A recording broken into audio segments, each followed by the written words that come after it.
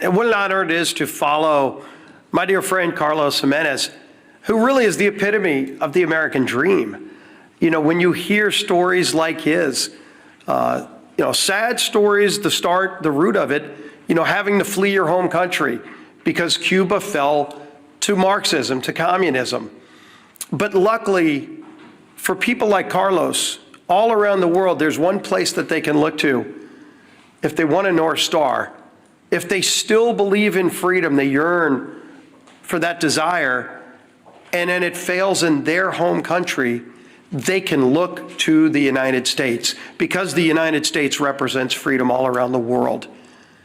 And how dangerous of a position that is when Marxists from within try to change it here, try to unravel what makes America so great.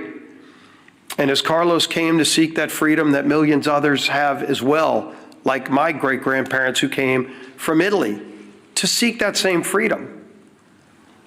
Ronald Reagan said it best: freedom is only one generation away from extinction if we don't fight to defend it. Those words of Reagan still ring true today, because, Carlos, we will continue to fight for freedom. But it's not an empty fight. There are people on the other side here in America that are pushing back, that want to destroy that capitalist free market system. And so when you look at the results of the election, anybody that wants to go celebrate a blue state voting blue, what they're not acknowledging is what happened in a city like New York. It reverberates.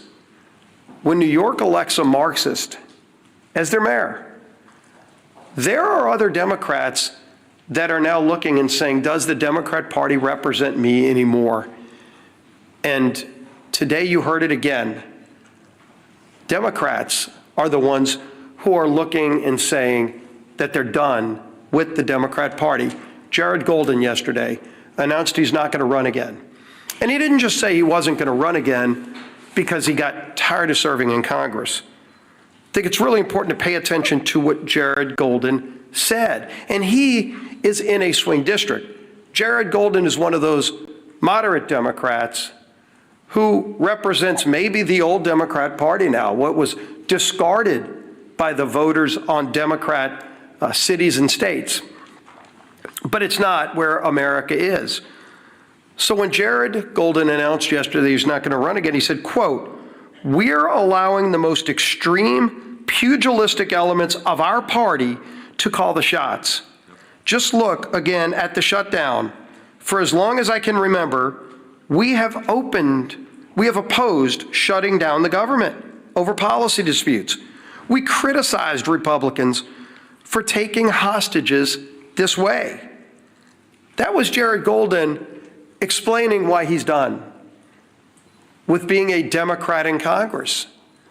And when the Democrat Party no longer stands for common sense, for members that do on occasion reach across the aisle, they're going to be relegated to a scrap heap of history, because America is not a socialist nation.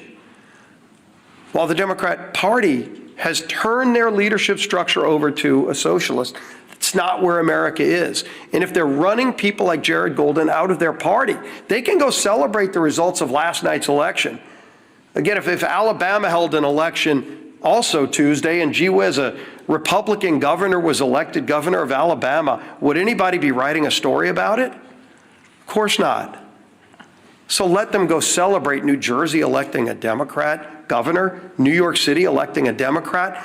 The real concern is that the Cuomo wing of the Democrat Party got destroyed by the Mamdani wing of the Democrat Party. And if they want to call that a victory, good luck. Something tells me they're not going to be sending Mamdani to swing districts around America. He's not going to Maine. Let Mamdani go to Maine for that now open seat in Congress, a 50-50 district. Will they be sending Mamdani to those kind of swing districts? Colorado, where somebody like Gabe Evans represents, is Mamdani going to be going there?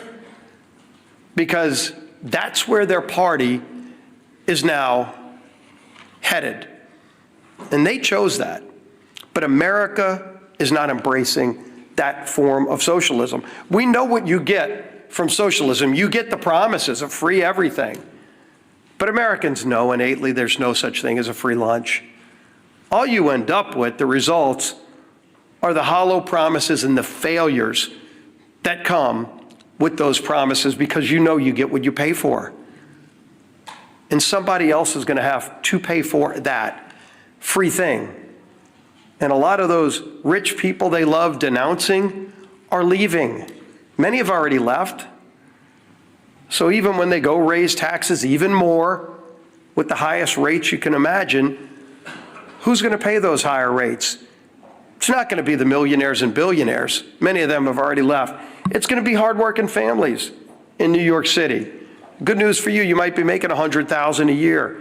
By the way, a police officer married to a school teacher makes more than that in New York City. They're going to be the quote-unquote rich who get the higher taxes and the free buses and the grocery stores that are run by the government with empty shelves and expired food. That's what they're going to get. But the rest of America is not going to have it. So while Democrats keep the government shut down, and they brag about it, I mean, you heard Senator Murphy yesterday, quote, "I think we're in an enormously strong position right now." Strong position? What's so strong about taking food out of the mouths of 42 American families? What is strong about that, Senator? Sure, you can vote again today to keep the government shut down, but there's nothing strong about denying food to people who are low income and who can't afford it. That's a weak place to be.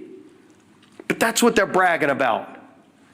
When, as we saw, the transportation secretary yesterday said 10% of flights are going to have to be cut back because we don't have enough air traffic controllers because Democrats chose not to pay them.